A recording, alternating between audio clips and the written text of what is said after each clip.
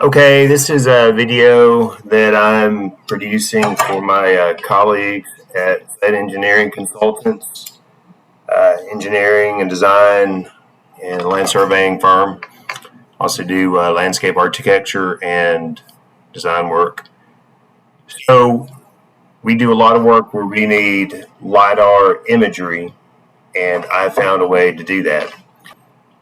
Okay, I've told everybody about this LiDAR imagery that we can make with a free program called Saga GIS. Well, here's how to do it. What you do, open up your browser. I use Chrome. The search will be USGS, the national map download. All right, it'll look like this, the national map download version 2. And what I always do is what we're looking for is elevation products. So that would be the first thing that I click.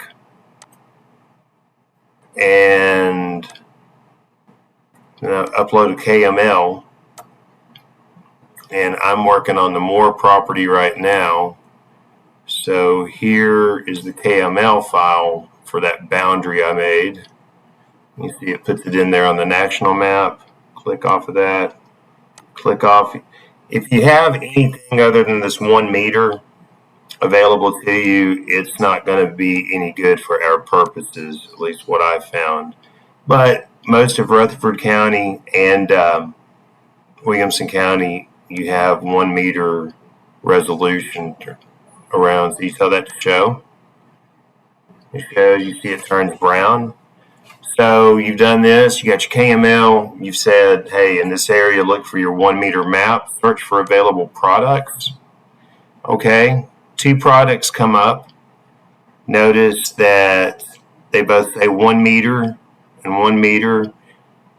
I haven't figured out exactly which one does which, but it probably doesn't matter because you're going to download everything you need in order to get your whole site covered. So we're going to download this one, the 53Y96. Over here you see download link TIFF. Alright, I've already downloaded this, so we don't really have to sit here and go through the process of it.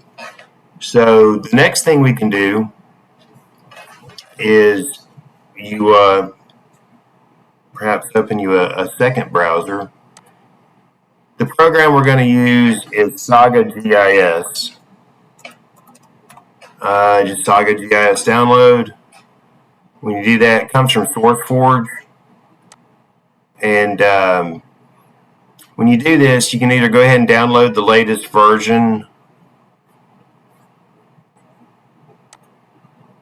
like this. Page looks a little different than the one I was at the other day, but this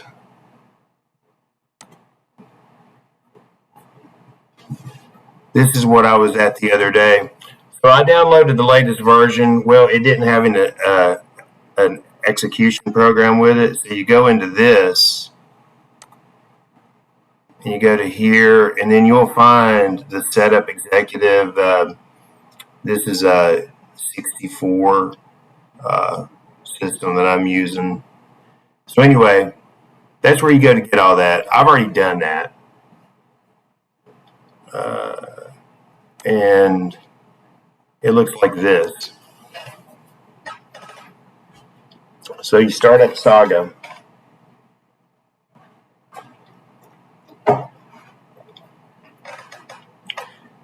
And I've been through some other projects. I don't need that. All right. Remember the national map we downloaded? It's still working on it here, but I already have this map downloaded, so we'll just go ahead and go into that. So you just go up here to File, this folder, Open. And I did it yesterday. I think that the 97 is the southern portion of the property, or northern portion, which it doesn't matter. If it doesn't If it's not the one I want, I can just change it. So anyway, this is just in my downloads from yesterday. Saga brings that in. And then over here you see it, you click on it. And this is very quick. You go to geoprocessing, visualization, grid, terrain map view.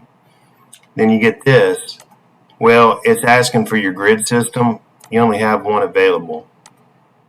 So you do that. Shade, create, contours, create, and we leave the rest of this alone. It's already done up just the way it needs to be.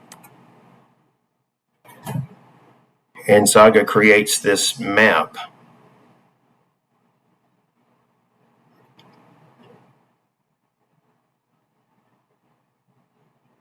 It's like this. Okay. So this is the entire map, and I always go up here and hit zoom extent. You can go into it right now and look at it and see how good it is. But I'm just going to go zoom extent because we're about to see it soon enough. Now you go to map, export map to Google Earth. We'll just call it a name. We'll call it a more demo map. And here, cell size. I don't know what that means, but I saw it recommended to put that at 1.5 to keep it from being too large for your operating system. So I do. And there we go. And here in just a moment, you'll see across the bottom, it will start importing it. And it's about to open up in Google Earth. So give it another moment here.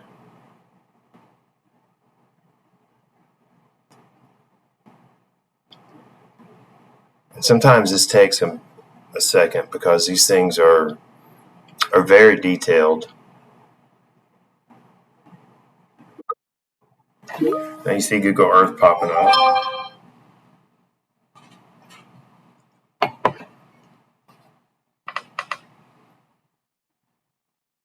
Your map's going to come in on your temporary layer.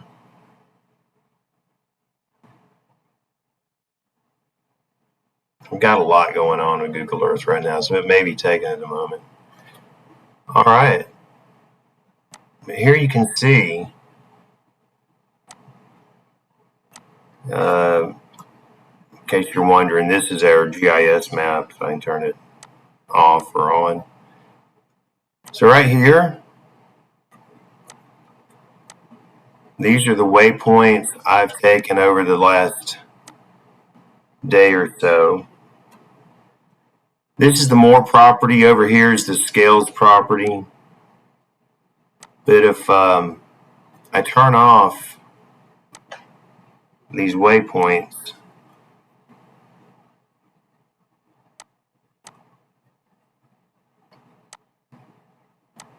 you can see how detailed these maps are. Anyway, it's really helpful. And, you know, it's this pond. I found it using this yesterday. Anyway, that completes the tutorial. And if you have any questions, just let me know, and I can walk you through it pretty easily. It's super simple.